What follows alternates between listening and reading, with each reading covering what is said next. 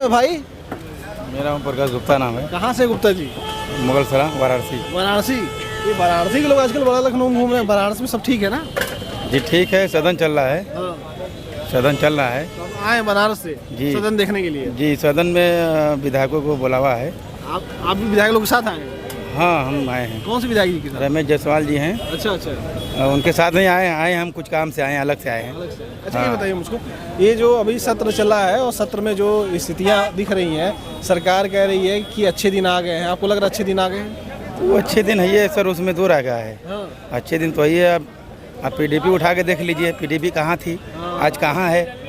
वो थोड़ा से हवा उड़ा था संविधान आरक्षण के लेकर, उसमें थोड़ा सा सीट इधर उधर हुई है, मगर अब ऐसा नहीं होगा। कार्यकर्ता थोड़ा से कहीं ना कहीं नाराज थे, मगर अब ऐसी कोई बात नहीं है। नाराज थे? नहीं, कुछ कार्यकर्ता थे, हम जैसे नहीं। सुनवाई नहीं हो रही थी क्या करता हूँ? नहीं, अधिकारी द्वारा। अच्छा। वो हमारे मुख्यमंत्री तो वो सही हैं, मुख्यमंत्री हमारे मोदी जी वो सही है। वो मोदी जी मुख्यमंत्री कब हो गए? मुख्यमंत्री मैं आदित्यनाथ योगी जी को मैं बोल रहा हूँ। वो हमारे सही है, भगवान है हमारे लिए। भगवान? हाँ, कार्यकर्ता के लिए भगवान है वो। मोदी जी या योगी जी। भगवान के रहते हुए अधिकारी सुन नहीं रहे? ये सुन नहीं रहे हैं तो अब वहाँ तक बात नहीं न जाती है सर। हम लोग वहाँ तक पहुँच नहीं पाते हैं ना, उनके कहाँ। वो तो सुनते हैं, बराबर सुनते हैं। भगवान तो दिल की बात सुन लेते हैं और आपकी बात भगवान तक नहीं पहुँच रही है। वो ठीक है सर, 70 साल से तो इसीलिए तो कांग्रेस ने गड्ढा में ले गया था। आज आप भगवान की बात कर रहे हैं। आप कह रहे हैं कि योगी जी भगवान हैं और कार्यकर्ताओं की बात सुनी नहीं जा रही है, तो भगवान के रहने का क्या फायदा? कार्यकर्ता के नज़र में तो वो योगी जी मोदी जी भगवान है ये हैं। तो कार्यकर्ता के नज़र में भगवान है तो कार्यकर्ताओं की बात तो सुननी चाहिए। नहीं सुनते हैं, हमको बोलते रहे हैं। अभी आप कह रहे हैं कार्यकर्ता नाराज थे? कुछ लोग मैं बोला, मैं हम जैसे कार्यकर्ता के नहीं, कुछ लोग मैं बोला, ये बात बोला। हम लोग नहीं सुनते तो हम लोग क्यों लखनऊ आते? हम लोग सुने तब ना आ रहे हैं, लखनऊ आते हैं सर। ये बात है। आइए और भी लोग हैं। ठीक है, धन्यवाद भैया, धन्यवाद। आइए और भी लोग हैं, इधर भी चलते हैं। इधर भी तमाम लोग हैं, उन लोगों से बातचीत करेंगे। अरे क्या हाल है सर? बढ़िया है। क्या चल रहा है? काहे में क्या चल रहा है? चाय पी रहे सर? अरे नहीं पीना देंगे? नहीं, बजट आ गया, चाय पीजिए। आप लोगों के बजट में क्या लग रहा है, चाय होए का क्या सीन है? कैसा है बजट? तो 11वां बजट। 10 बजट में जितनी बेरोजगारी थी उससे ज्यादा मायूसी 11वें बजट पे है। मायूसी क्यों? और इसलिए यूथ के लिए कुछ नहीं है, किसानों के लिए कुछ नहीं है, उत्तर प्रदेश राज्य के लिए भी कोई एक्स्ट्रा व्यवस्था है नहीं। जबकि एनईटी का मुद्दा लगातार गरमाया हुआ है। लगातार इस चीज़ को कहा जा रहा है कि एनईटी जैसा पेपर भी अगर लीक हो रहा है तो ये सरकार का बहुत बड़ा फेल्योर है। अब उसके बावजूद भी अगर भारतीय जनता पार्टी की सरकार इस बात को सोच नहीं पा रही है कि उसको बजट किस दिशा में देना है, उसको ये नहीं समझ में आ रहा है कि छात्रों के लिए करना क्या है, उसको ये नहीं समझ में आ रहा है किसानों के लिए करना क्या है, तो ये बड़ी चीज़ है। इसका मतलब दिशाहीन सरकार और दिशाहीन बजट है। अच्छा ये बताइए, अभी उत्तर प्रदेश का भी सत्र चल रहा है, देश का संसद का भी चल रहा है, तो अखिलेश जी ने फैसला लिया यहाँ पे ब्राह्मण समाज का एक नेता प्रतिपक्ष बनाने का। बीजेपी उस पर सवाल खड़ा कर रही है, इसको आप कैसे देख रहे हैं? भारतीय जनता पार्टी अगर सवाल खड़ा कर रही है तो भारतीय जनता पार्टी का ब्राह्मण विरोध उजागर हो रहा है, जो हम लोग लगातार बहुत दिनों से उठा रहे थे कि गाजर मूली की तरह ब्राह्मणों को काटा जा रहा है। पूर्व की 3 सरकारों का मैं ब्यौरा दे सकता हूं, बल्कि 4-5 सरकारों का। मुझे लगता है कि पूर्व में भाजपा सरकार भी रही, बसपा सरकार भी रही और सपा सरकार भी रही। मैं आपके दर्शकों के माध्यम से डंके की चोट पे चीज पूछना चाहता हूं और आपसे निवेदन भी करूंगा कि इस लाइन को प्रमुखता से आप चलाइएगा।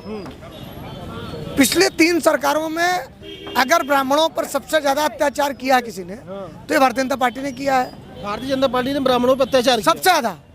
मुझे लगता है पूरे देश में इनको कोई गुंडा माफिया दिखाई नहीं देता, सिर्फ भारतीय जनता पार्टी में ब्राह्मणों को दिखाई देता है। अगर ब्राह्मण वर्ग का नाम कोई पाठक है, दुबे है, त्रिपाठी है, मिश्रा है, वाजपेयी है, चौबे है, अग्निहोत्री है, जोशी है, गिरी है, तो इनको वो गुंडा दिखता है, इनको वो माफिया दिखता है, इनको सबसे बड़ा भू माफिया दिखता है और उसके घर ये सबसे पहले बुलडोजर लेके पहुंच जाते हैं। योगी जी तो कह रहे सबका साथ सबका विकास। अरे सबका साथ सबका विकास कर रहे हैं तो अपने गोरखपुर से शुरू कर लेना।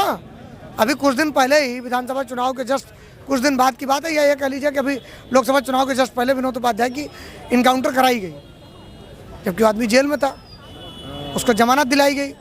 जमानत के बाद उसको इनकाउंटर में ढेर किया गया फर्जी और इनकाउंटर encounter। नहीं, एक तरीके से पकड़ के मारा गया। फर्जी इनकाउंटर चल बिल्कुल फर्जी इनकाउंटर है। आदरणीय राष्ट्रीय अध्यक्ष ने कई मरतबे कहा है और भारतीय जनता पार्टी के एक पिछड़ा चेहरा है, उत्तर प्रदेश के उप मुख्यमंत्री हैं, इतना खिजिया गए हैं कि उनको यही नहीं समझ में आता है कि कब पिछड़े पे बोलना है और कब ब्राह्मण विरोध करना है। अब कल वो बधाई भी दे रहे हैं माता बाबा को और उसके बाद विरोध भी कर रहे हैं। ये कह रहे हैं कि पिछड़ों की उपेक्षा हुई। अरे भाई 37 सांसद हमारे जीत के आए हमारे सिंबल पे, और इन 36 सांसदों में हमने पीडीए को पूरा संतृप्त किया है। अगर राष्ट्रीय अध्यक्ष जी ने एक लाइन ली है अगले में ब्राह्मण को आगे किया है, तो पंडित जनेश्वर मिश्र की विचारधारा पे हमारी पार्टी चल रही है। आदरणीय नेताजी ने पंडित जनेश्वर मिश्र को हमेशा अपने बगल बैठा के रखा है। संस्थापक सदस्यों में आदरणीय माता प्रसाद पांडे जी का नाम है, पिछले पाँव 100 में 60। इसका नारा देने वाले आदरणीय माता प्रसाद पांडे जी हैं। तो मैं कैसे ये मान लूँ कि वो ब्राह्मण है? मैं ये मान के चलता हूँ वो पिछड़े हैं, और पिछड़े से निकल करके, क्योंकि जिस जिले से आते हैं वो बहुत पिछड़ा जिला था, सिद्धार्थनगर जिला था, और उस सिद्धार्थनगर की लड़ाई लड़ते लड़ते, पिछड़ों की लड़ाई लड़ते लड़ते आज वो इतने तप गए हैं कि आदरणीय राष्ट्रीय अध्यक्ष ने एक लेख लिखा कि मुझे लगता है कि भारतीय जनता पार्टी के मुख्यमंत्री और उनके सारे मंत्री, सारे विधायक हमारे नेता प्रतिपक्ष से कुछ ना कुछ सीखेंगे। आइए, यहाँ भी बहुत सारे लोग हैं, पूछ लेते हैं। क्या हाल है? ठीक है भैया जी। क्या चल रहा है? सदन में तो जाति जनगणना के लिए बजट ही नहीं दिया गया। ये सरकार ही पिछड़े दलितों के विरोधी है। विरोधी है? और क्या? अरे वो रामराज बता रहे हैं, रामराज चल रहा है। अरे रामराज, तभी तो अवधेश प्रसाद के रामराज आ ही गया। अवधेश प्रसाद राजा हो गए अयोध्या के, और अब जनता ने राजा बना दिया। रामराज से यही है, यही रामराज है। यही रामराज है। असली लोकतंत्र का राजा अवधेश प्रसाद को जनता ने बनाया, तो यही असली रामराज है। अच्छा, क्या लग रहा है आपको, ये जाति जनगणना बीजेपी वाले कराएंगे कि नहीं ये कराएंगे? बीजेपी वाले नहीं चाहते हैं। और सरकार जब अखिलेश यादव जी की आएगी तभी जातीय जनगणना होगी, इंडिया की सरकार होगी, जातीय जनगणना होगी, पिछड़े दलितों को उनका हक मिलेगा, सबके चेहरे पे मुस्कान आएगी। बीजेपी तो कह रहे हैं लोग सबका साथ सबका विकास। ये बीजेपी सिर्फ कहती है, कथनी में इसके करनी में अंतर है। ये कहती है, करती नहीं है। भारतीय जनता पार्टी पिछड़ों को कूड़ा मकोड़ा समझती, सिर्फ वोट लेने के लिए उनको लुभावना देती है। पिछड़ों को कूड़ा कीड़ा मकोड़ा, कीड़ा मकोड़ा समझते हाँ, जब उनको जरूरत होती है तब यूज करते, उसके बाद फेंक देते हैं। हैं। यूज करती है और फेंक देती है। जी, यूज एंड थ्रो। जी, पिछड़े। पिछड़े। अरे वो कह रहे हैं पिछड़ों का सरकार है। अरे पिछड़े की सरकार है। केशव मौर्य भागे भागे फिरे हैं, उनके चल नहीं रही है। वो सबके सामने रो रहे हैं कि अधिकारी मेरा सुनता नहीं, दरोगा मेरा सुनता नहीं, मैं क्या करूं। बगावत करने के लिए तैयार हैं, यहाँ से दिल्ली तक। ये है मामला जी। तो क्या लग रहा है? लग रहा है वो जनता सब जान चुकी है, जबरिया ये सब टिके हैं। बस जिस दिन पाप का घड़ा फूटने वाला है उसी दिन इंडिया गठबंधन की देश में सरकार होगी और अखिलेश यादव यूपी के मुख्यमंत्री होंगे। और आपको क्या लगता है, यह जो समीकरण बन रहा है उत्तर प्रदेश से लेकर दिल्ली तक, और बजट में जो सवाल उठाए जा रहे हैं कि जाति जनगणना के लिए कोई बजट नहीं है, इसको आप कैसे देखते हैं? कमेंट करके बताइएगा। नमस्कार।